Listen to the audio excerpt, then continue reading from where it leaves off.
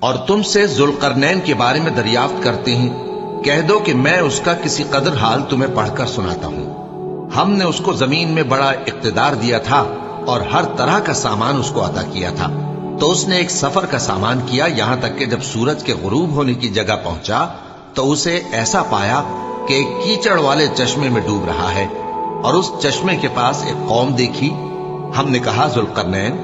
تم ان کو خواہ تکلیف دو خواہ ان کے بارے میں بھلائی اختیار کرو، دونوں باتوں کی تم کو قدرت ہے۔ ذوالقرنین نے کہا کہ جو کفر و بد کرداری سے ظلم کرے گا اسے ہم سزا دیں گے، پھر وہ اپنے پروردگار کی طرف لوٹایا جائے گا تو وہ بھی اسے بڑا عذاب دے گا، اور جو ایمان لائے گا اور عمل نیک کرے گا اس کے لیے بہت اچھا بدلہ ہے، اور ہم اپنے معاملے میں اس سے نرم بات کہیں گے۔ پھر اس نے ایک اور سامان سفر کیا، یہاں تک کہ سورج کے طلوع ہونے کے مقام پر پہنچا تو دیکھا کہ وہ ایسے لوگوں پر طلوع ہوتا ہے جن کے لیے ہم نے دھوپ سے بچاؤ کی کوئی اوٹ نہیں بنائی تھی۔ حقیقت یوں ہی تھی، اور جو کچھ اس کے پاس تھا ہم کو سب کی خبر تھی۔ پھر اس نے ایک اور سفر کا سامان کیا،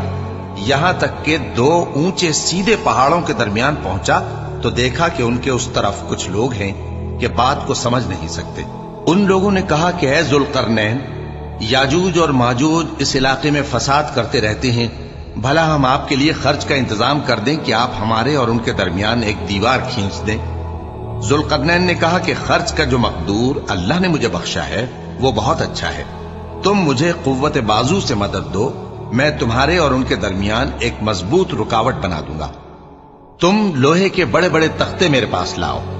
چنانچہ کام جاری کر دیا گیا، یہاں تک کہ جب اس نے دونوں پہاڑوں کے درمیان کا حصہ برابر کر دیا اور کہا کہ اب اسے دھوکو، یہاں تک کہ جب اس کو دھونک دھونک کر آگ کر دیا تو کہا کہ اب میرے پاس تانبا لاؤ کہ اس پر پگھلا کر ڈال دوں۔ پھر ان میں یہ قدرت نہ رہی کہ اس پر چڑھ سکیں، اور نہ یہ طاقت رہی کہ اس میں نقب لگا سکیں۔ بولا کہ یہ میرے پروردگار کی مہربانی ہے، پھر جب میرے پروردگار کا وعدہ آ پہنچے گا تو اس کو ڈھا کر ہموار کر دے گا، اور میرے پروردگار کا وعدہ سچا ہے۔ اس روز ہم ان کو چھوڑ دیں گے کہ روئے زمین پر پھیل کر ایک دوسرے میں گھس جائیں گے، اور سور پھونکا جائے گا تو ہم سب کو جمع کر لیں گے، اور اس روز ہم جہنم کو کافروں کے سامنے لائیں گے جن کی آنکھیں میری یاد سے پردے میں تھیں اور وہ سننے کی طاقت نہیں رکھتے تھے۔ اب کیا کافر یہ خیال کرتے ہیں کہ وہ میرے بندوں کو میرے سوا اپنا کارساز بنائیں گے تو میں خفا نہیں ہوں گا؟ ہم نے ایسے کافروں کے لیے جہنم کی مہمانی تیار کر رکھی ہے۔ کہہ دو کہ ہم تمہیں ایسے لوگ بتائیں جو اعمال کے لحاظ سے بڑے نقصان میں ہیں۔ یہ وہ لوگ ہیں جن کی دوڑ دھوپ دنیا کی زندگی میں برباد ہو گئی اور وہ یہ سمجھے ہوئے ہیں کہ وہ اچھے کام کر رہے ہیں۔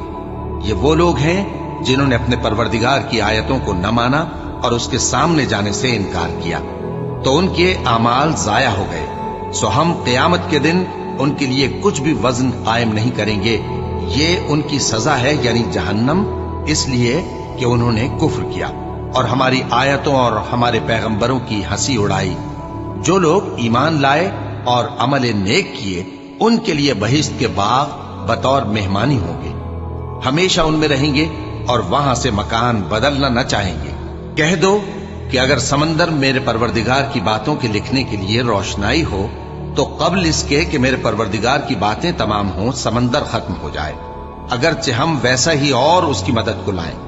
کہہ دو کہ میں تمہاری طرح کا ایک بشر ہوں، البتہ میری طرف وہی آتی ہے کہ تمہارا معبود